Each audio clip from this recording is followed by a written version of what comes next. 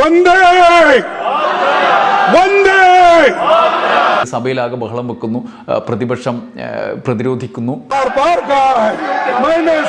JP നഡ്ഡയുടെ ഇടപെടൽ ഇങ്ങനെയായിരുന്നു. Chair ഇടപെടുന്നു, വിഷയത്തിൽ നിന്ന് വ്യതിചലിക്കരുത് ഖാർഗെക്ക് മുന്നറിയിപ്പ് നൽകുന്നു.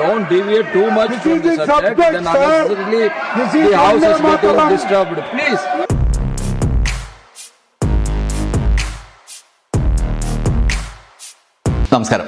AICC പ്രസിഡന്റ് കൂടിയായ മല്ലികാർജുൻ ഖാർഗെയുടെ ഒരു പ്രസംഗം വന്ദേ മാതരത്തിൻ്റെ 150-ാം വാർഷികത്തിൽ BJPയുടെ നേതൃത്വത്തിലുള്ള കേന്ദ്ര സർക്കാർ പുതിയ രാഷ്ട്രീയ അധ്യായത്തിന് തുടക്കമിട്ടുകൊണ്ട് ആ ചർച്ച പാർലമെൻറ്റിൽ നടത്തി വന്നതിൻ്റെ തുടർച്ചയായി രാജ്യസഭയിലെ പ്രതിപക്ഷ നേതാവ് കൂടിയായ മല്ലികാർജുൻ ഖാർഗെ നടത്തിയ പ്രസംഗം, ആ പ്രസംഗത്തിൽ ചൂണ്ടിക്കാണിക്കപ്പെട്ട പ്രസക്തമായ ചില കാര്യങ്ങൾ, അതാണ് ഈ വീഡിയോയിലൂടെ നിങ്ങൾ മുമ്പിൽ അവതരിപ്പിക്കാൻ ഉദ്ദേശിക്കുന്നത്. ഖാർഗെയുടെ പ്രസംഗത്തിൻ്റെ ആരംഭത്തിൽ തന്നെ അദ്ദേഹം വന്ദേ മാതരം പാടിക്കൊണ്ടാണ് പ്രസംഗം തുടങ്ങിയത്. വന്ദേ वंदे वंदे. आप भी जरा बोलिए, आप तो सो गए, आप भी सो गए. सोने दो क्योंकि जब मुल्क जागता रहेगा वो सोते रहे तो ही अच्छा रहेगा. ഈ ഗാനം ഞാൻ 60 വർഷമായി പാടി വരികയാണ് സർ. 55 വർഷം ഞാൻ MLA, MP, രാജ്യസഭാംഗം എന്നീ നിലകളിൽ ചെലവഴിച്ചു. അതുകൊണ്ട് വന്ദേ മാതരം പാടുന്നത് എനിക്ക് ആദ്യം മുതലേ ശീലമാണ്. ഞങ്ങൾ എപ്പോഴും പാടിക്കൊണ്ടിരിക്കും. പക്ഷേ വന്ദേ മാതരം പാടാത്തവർ ഇപ്പോൾ പാടിത്തുടങ്ങിയിരിക്കുന്നു. അവർക്ക് ഞാൻ നന്ദി അർപ്പിക്കുന്നു. वंदे मातरम गाना पहले से ही मुझे आदत हो गई है, हम गाते रहते हैं. लेकिन वो वंदे मातरम नहीं गाने वाले अब शुरू किए हैं, उनके लिए मैं धन्यवाद अर्पित करता हूँ. ഇതാണ് വന്ദേ മാതരത്തിൻ്റെ ശക്തി സാർ. ഇതൊരു ദേശീയോത്സവ വിഷയമാണ്, വിവാദമല്ല. എങ്കിലും ആദ്യം ഞാൻ ഇന്ത്യൻ നാഷണൽ കോൺഗ്രസിൻ്റെ വക്താവായ മഹാനായ സൃഷ്ടാവ് ബങ്കിം ചന്ദ്ര ചാറ്റർജിക്ക് അഭിവാദ്യം അർപ്പിക്കുന്നു.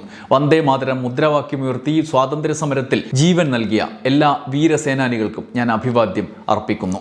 വന്ദേ മാതരം ഗീതം ഇന്ത്യയുടെ പൊതുജീവിതത്തിൽ പ്രവേശിച്ചത് 1896 കൊൽക്കത്തയിലെ കോൺഗ്രസ് സമ്മേളനത്തിൽ ഗുരുദേവ് രവീന്ദ്രനാഥ് ടാഗോർ ആദ്യമായി പാടിയപ്പോഴാണ്. ആഭ്യന്തരമന്ത്രി ഇതിൻ്റെ പശ്ചാത്തലം പറഞ്ഞില്ല. അദ്ദേഹത്തിന് ഇഷ്ടമുള്ള കാര്യങ്ങൾ മാത്രം കട്ട് പേസ്റ്റ് ചെയ്ത് കോൺഗ്രസിനെ കുറ്റപ്പെടുത്താനും നമ്മുടെ നേതാക്കളെ അപമാനിക്കാനും ഉപയോഗിക്കും, മറ്റൊന്നും പറയില്ല. ഇതാണ് ശീലം. इसका बैकग्राउंड क्या था ये नहीं बोले. जो चीज उनको अच्छी लगती है और कांग्रेस को टोकने के लिए, हमारे लीडरों का अपमान करने के लिए जो बोलना है वही कट पेस्ट करके बोलते हैं, दूसरा नहीं बोलते. വന്ദേ മാതരത്തെ സ്വാതന്ത്ര്യ സമരത്തിന്റെ മുദ്രാവാക്യമാക്കിയാണ് കോൺഗ്രസ് മുന്നോട്ട് പോയത്. കോൺഗ്രസ് തങ്ങളുടെ എല്ലാ സമ്മേളനങ്ങളും പരിപാടികളിലും വന്ദേ മാതരം പതിവായി പാടുന്ന പാരമ്പര്യം തുടങ്ങി. നിങ്ങളുടെ പാർട്ടി പരിപാടി തുടങ്ങുമ്പോൾ വന്ദേ മാതരം പാടാറുണ്ടോ? നിങ്ങൾ എല്ലാത്തിനും എതിരല്ലേ? എന്നിട്ടും ഞാൻ നിങ്ങളെ തടസ്സപ്പെടുത്തുന്നില്ല. പക്ഷേ നിങ്ങൾ അറിയണം നിങ്ങളുടെ ചരിത്രം ഇതാണ് എന്ന്. क्या आप लोगों ने अपने पार्टी का कार्यक्रम शुरू होता, ये आपने पहले कर दिए थे? करते थे. अरे आप तो हर चीज के खिलाफ करते हो. फिर भी आपको मैं बार बार टोकना नहीं चाहता, लेकिन आपको मालूम होना चाहिए, आपका इतिहास ये है कि आप हमेशा देशभक्ति के गाने को, आजादी को और आजादी के लड़ाई के खिलाफ आप थे. कभी भी आप उसके फेवर में नहीं. ദേശഭക്തി ഗാനങ്ങൾക്കും സ്വാതന്ത്ര്യത്തിനും സ്വാതന്ത്ര്യ സമരത്തിനും എതിരായിരുന്നു നിങ്ങൾ, ഒരിക്കലും അനുകൂലമായിരുന്നില്ല. 1921 മഹാത്മാഗാന്ധി നിസ്സഹകരണ പ്രസ്ഥാനം തുടങ്ങിയപ്പോൾ ലക്ഷക്കണക്കിന് കോൺഗ്രസ് സ്വാതന്ത്ര്യ സമര സേനാനികൾ ഭാരത് മാതാ കി ജയ്, മഹാത്മാഗാന്ധി കി ജയ്, വന്ദേ മാതരം എന്ന് വിളിച്ച് ജയിലിലേക്ക് പോയി. നിങ്ങൾ എന്തു ചെയ്തു? ബ്രിട്ടീഷുകാർക്ക് വേണ്ടി ജോലി ചെയ്തു. ചരിത്രം പരിശോധിച്ചു നോക്കൂ. ഇപ്പോൾ നിങ്ങൾ ഞങ്ങളെ ദേശസ്നേഹം പഠിപ്പിക്കുന്നു. പ്രധാനമന്ത്രി മോദിജി ജവഹർലാൽ നെഹ്റുജിയെ അപമാനിക്കാൻ ഒരവസരവും വിട്ടുകളയാറില്ല. ഹോം മിനിസ്റ്ററും അതുപോലെ തന്നെ. കാരണം അവർ പിന്നാലെ നടക്കുന്നവരല്ലേ. അതുകൊണ്ട് കോൺഗ്രസിനോടും നമ്മുടെ നേതാക്കളോടും എപ്പോഴും പരാതിയാണ്. പ്രധാനമന്ത്രി ആരോപിച്ചു 37 നെഹ്റുജിയുടെ നേതൃത്വത്തിൽ കോൺഗ്രസ് വന്ദേ മാതരത്തിൻ്റെ പ്രധാന ഭാഗങ്ങൾ മുസ്ലിങ്ങളെ ഭയന്ന് നീക്കം ചെയ്തു എന്ന്.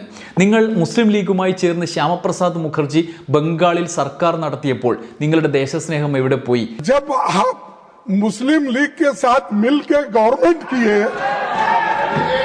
श्यामा प्रसाद मुखर्जी और मुस्लिम लीग मिलके आपने बंगाल में जो गवर्नमेंट की, कहाँ गया था देशभक्ति? कहाँ गया था आपका देशभक्ति?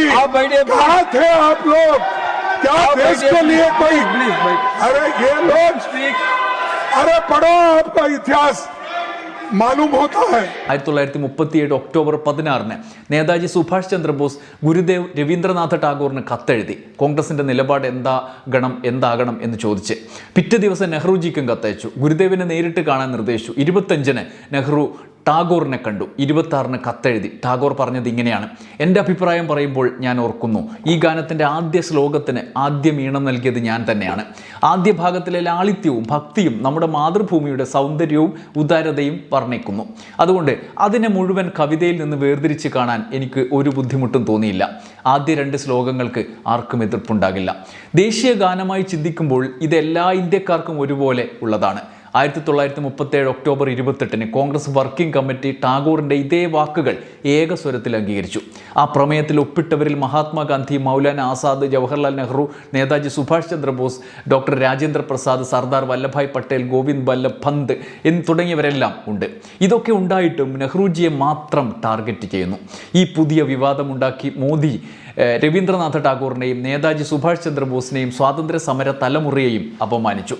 അതിനാൽ മോദി രാജ്യത്തോട് മാപ്പ് പറയണം. ഹിന്ദു മഹാസഭയും RSSും സ്വാതന്ത്ര്യ സമരത്തിൽ പങ്കെടുത്തില്ല.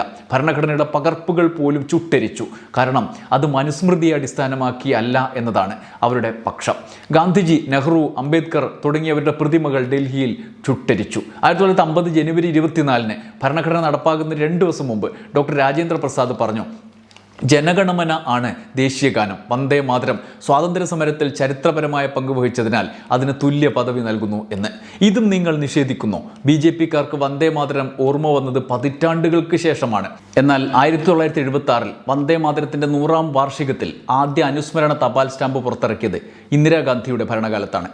രാജ്യം സാമ്പത്തിക പ്രതിസന്ധി, തൊഴിലില്ലായ്മ, സാമൂഹിക പ്രശ്നങ്ങൾ ഇവയൊക്കെ നേരിടുമ്പോൾ പ്രധാനമന്ത്രി തെരഞ്ഞെടുപ്പ് പ്രചരണത്തിൽ ശ്രദ്ധ കൊടുക്കുകയാണ്. വന്ദേ മാതരം വിവാദം ബംഗാൾ തെരഞ്ഞെടുപ്പിനെ മുൻനിർത്തിയാണ്. രൂപയുടെ മൂല്യം ഇപ്പോൾ 90 കടന്നു. 2012-ൽ നിങ്ങൾ പ്രതിപക്ഷത്തിരുന്നപ്പോൾ രൂപ വീണത് കോൺഗ്രസിന്റെ അഴിമതി കൊണ്ടാണ് എന്ന് ആരോപിച്ചത് ഓർമ്മയില്ലേ?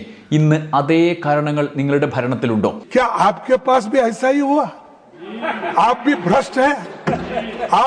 आप तो बोलते मैं पाक हूँ, स्वच्छ हूँ, कहाँ है? ये दर्शाता है आप आज पूरे हिंदुस्तान, पहले जो था उससे बदतर हो गई आपकी गवर्नमेंट. और आज जो उस वक्त 55-60 रुपए था, आज 90 रुपए. अरे गिर गया, इतना गिर गया. वो हिमालय से नीचे गिरने के बाद आदमी के टुकड़े भी नहीं मिलते, वैसा हो गया. അയൽ രാജ്യങ്ങളിൽ ഇന്ത്യയുടെ സ്വാധീനം കുറയുന്നു, ചൈനയുടേത് കൂടുന്നു. 71-ന് ശേഷം ആദ്യമായി ബംഗ്ലാദേശ് ഇന്ത്യയിൽ നിന്ന് അകന്ന് പാകിസ്ഥാനോട് അടുക്കുന്നു. ചൈന അരുണാചൽ പ്രദേശിൽ അവകാശവാദം മാത്രമല്ല, ഇന്ത്യൻ പൗരന്മാർക്ക് ചൈനീസ് വിസ നിഷേധിക്കുന്ന ഇടം വരെ എത്തി. 2020 ജൂൺ 19-ന് പ്രധാനമന്ത്രി തന്നെ പറഞ്ഞു, ആരും കയറിയിട്ടില്ല, ആരും കയറി വന്നിട്ടില്ല എന്ന്. എന്നാൽ 2014, 2023 വരെ 3787 ഭീകരാക്രമണങ്ങൾ, 360 പൗരന്മാരുടെ കൊലപാതകം, 500-ലധികം സുരക്ഷാ സേനാംഗങ്ങളുടെ വീരമൃത്യു. ഇവിടെ ഇത് സംസാരിക്കുന്നതിനിടയിൽ സഭയിലാകെ ബഹളം വെക്കുന്നു, പ്രതിപക്ഷം പ്രതിരോധിക്കുന്നു, ഭരണപക്ഷം ആക്രോശിക്കുന്നു.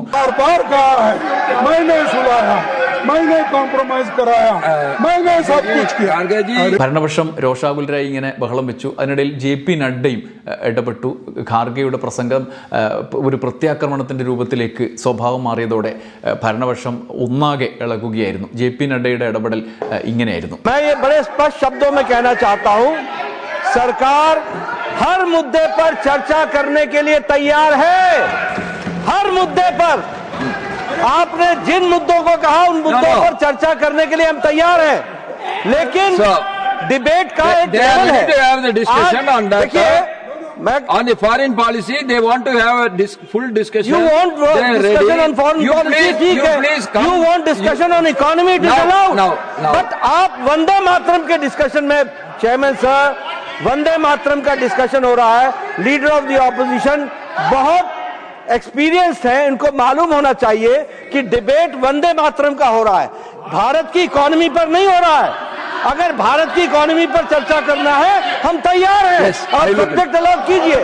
നഡ്ഡയ്ക്കും പൊള്ളണമെങ്കിൽ എന്തായിരിക്കും സ്ഥിതി? ഒപ്പം പ്രതിപക്ഷം ഒന്നടങ്കം പ്രതിരോധം തീർക്കുന്ന ഒരു കാഴ്ചയും കണ്ടു. ഭരണപക്ഷം ബഹളത്തിലൂടെ ഖാർഗെയെ മറികടക്കാനുള്ള ശ്രമമാണ് നടത്തിയത്. പക്ഷേ ഖാർഗെ പ്രസംഗം തുടർന്നു.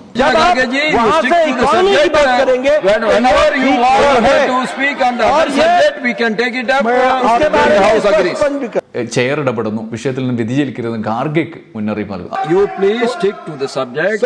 Don't deviate too much from the subject. Then unnecessarily the house is getting disturbed. Please. പണ്ടേ അങ്ങനെയാണല്ലോ, ഖാർഗെക്കാണ് മുന്നറിയിപ്പ് കൊടുക്കുക, അപ്പുറത്തായിരിക്കുന്നതിനാണല്ലോ. എന്നിട്ട് അദ്ദേഹം തുടരുന്നു. ക്വിറ്റ് ഇന്ത്യ പ്രസ്ഥാനത്തെ എതിർത്തു. സർദാർ പട്ടേൽ തന്നെ അവരെ നിരോധിച്ചു. എന്നാൽ ഇന്ന് അവർ തന്നെ ഞങ്ങൾക്ക് ദേശസ്നേഹ പാഠം പഠിപ്പിക്കാൻ ശ്രമിക്കുന്നു. 1896 കോൺഗ്രസ് ആദ്യം പാടി സ്വാതന്ത്ര്യ സമരത്തിൻ്റെ എല്ലാ ഘട്ടത്തിലും മുദ്രാവാക്യമാക്കി, പിന്നീട് ഔദ്യോഗിക രാഷ്ട്രഗീത പദവി നൽകി വന്ദേ മാതരത്തിന്. അതെല്ലാം കോൺഗ്രസ് ആണ് ചെയ്തത്. അവസാനം ഞാൻ സർക്കാരിലിരിക്കുന്നവരോട് പറയുന്നു, അസത്യം പ്രചരിപ്പിച്ച് രാഷ്ട്രനായകരെ അപമാനിച്ച് സ്വന്തം പരാജയങ്ങൾ മറയ്ക്കുന്നത് നിർത്തുക. ഗാന്ധിജി, നെഹ്റു, അംബേദ്കർ, സ്വാതന്ത്ര്യ സമര വീരന്മാർ, ഇവരെ എല്ലാം അപമാനിക്കുമ്പോൾ നിങ്ങൾ ചെയ്യുന്നത് നിങ്ങളുടെ പൂർവികർക്ക് സ്വാതന്ത്ര്യ സമരത്തിൽ ഒരു പങ്കുമില്ലെന്ന് തുറന്നു പറഞ്ഞുകൊണ്ടിരിക്കുക എന്നതാണ്.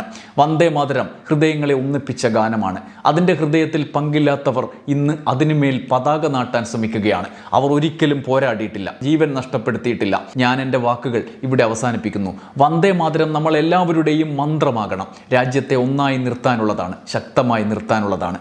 നന്ദി എന്ന് പറഞ്ഞുകൊണ്ടാണ് ഖാർഗെ പ്രസംഗം അവസാനിപ്പിക്കുന്നത്. इसीलिए वंदे मातरम हम सबका मंत्र होना चाहिए। यही कह के मैं अपने शब्दों को समाप्त करता हूं। धन्यवाद।